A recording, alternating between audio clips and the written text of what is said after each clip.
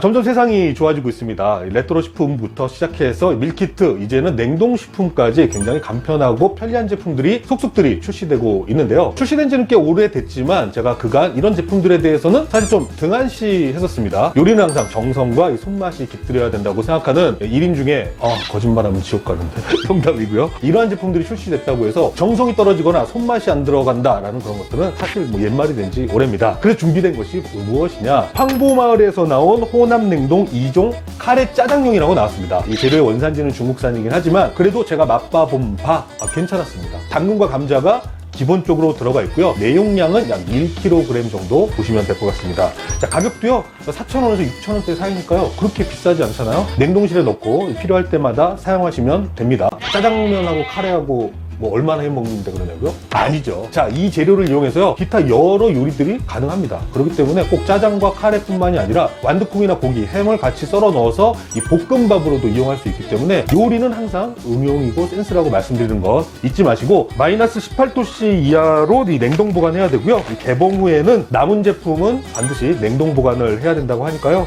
여기서 주의하실 사항은요. 냉동된 이 감자와 당근이 이 해동된 상태로 조리하시면 안 되고요. 냉동이 돼 있는 상태로 볶으셔야지 물러지지 않고 이 식감이 없어지지 않으니까요. 이 점은 참고하셔서 조리하시기 바라겠습니다. 자, 그래서 오늘은 무슨 레시피 준비했냐고요? 식당에서 먹는 그 짜장 그 맛 그대로 한번 구현해 보고요. 이 황보마을의 이 호남 야채를 이용해서 짜장과 볶음밥 만들어 보도록 하겠습니다.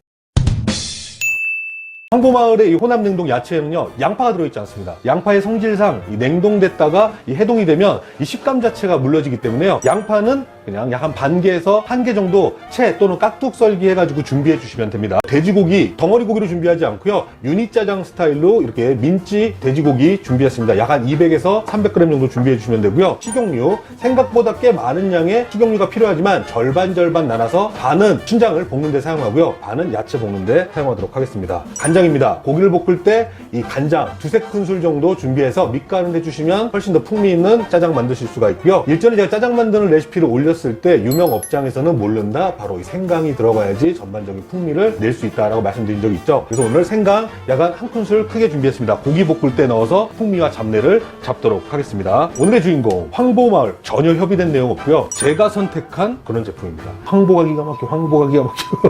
불 켜고요. 여기에 기름을 종이컵 기준으로 약 2분의 1컵을 넣도록 하겠습니다.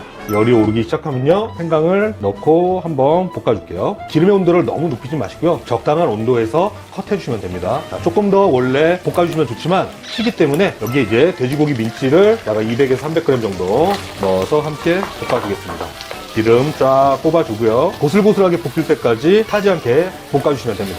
간장 약 2큰술 정도를 넣을게요. 넣어서 밑간 잡아주고요. 굴소스 넣으셔도 상관없습니다. 이제 어느 정도 이렇게 고슬고슬하게 볶아졌을 때 양파부터 넣겠습니다. 양파 넣고요. 호남 야채 냉동을 넣어줄게요.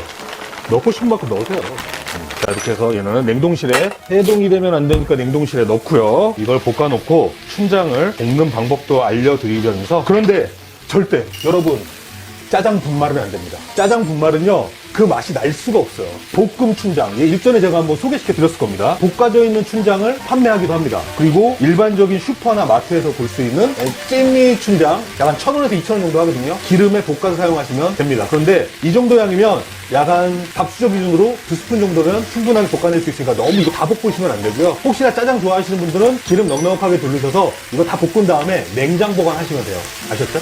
그런데 왜 양파를 깍둑 썰지 않고 채를 써서 넣느냐라고 질문하시는 분들 계실 거예요. 이 떠먹을 때는 뭔가 좀 이렇게 참 걸려오는 느낌이 좋아서 저는 카레나 짜장을 할 때 이 양파를 채 썰어서 넣는다고 몇 번 말씀드린 적이 있습니다. 전분과 물을 넣지 않고 바로 약 한 2큰술 정도의 이 볶아낸 이 춘장을 바로 넣고 볶아보겠습니다. 바뀌죠? 색깔이. 짜장이 잘 풀어질 때까지 볶아주셔야 돼요. 자, 여기에 이제 설탕을 약 한 2큰술 정도 일단 넣어주고요. 그리고 짜장에서 빠지지 말아야 될 건 뭐냐? 바로 MSG 꼭 들어가야 됩니다. 약 한 3분의 2큰술 정도 준비했습니다. 자, 이렇게 해서 짜장이 완성됐습니다. 짜장을 덜어 놓을게요.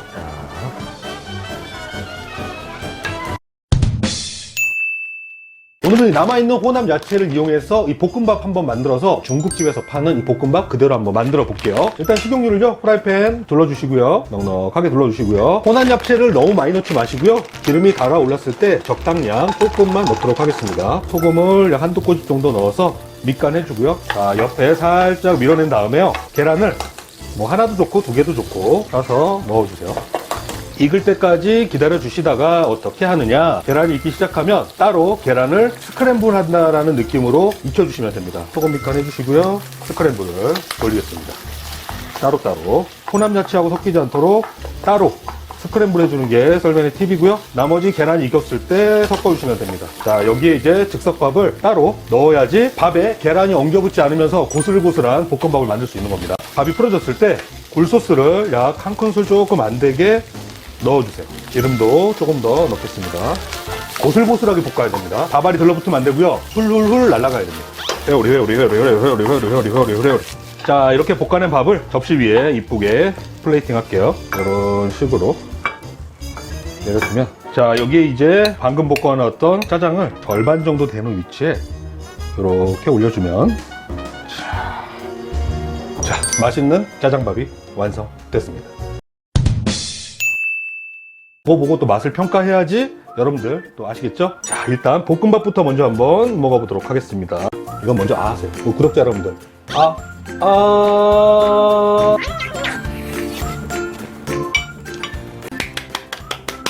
감자가 풍성하게 들어와서 그런지 그 옛날 짜장 맛이 생각이 나네요.